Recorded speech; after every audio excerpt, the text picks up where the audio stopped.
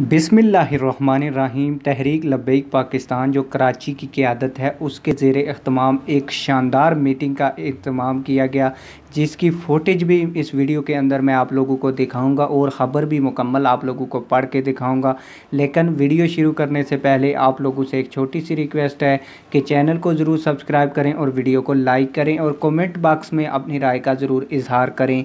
मैं आपको पूरी ख़बर पढ़ के सुनाता हूँ कि कराची वस्ती ज़िला काबीना OPS उमरा का ज़िला वस्ती में एक मीटिंग का इनका नाज़िम आला कराची डिवीज़न जनाब सैयद जिलान शाह साहब अहम गुफ्तगू फरमा रहे हैं, जिसकी फ़ोटेज आपको इस वीडियो के अंदर चलती हुई नज़र आ रही है। कराची कमेटी के अहम ज़िम्मेदारान जनाब आरफ बाडेला साहब और जनाब ग़ुलाम यासीन भाई भी तशरीफ़ फरमा हैं।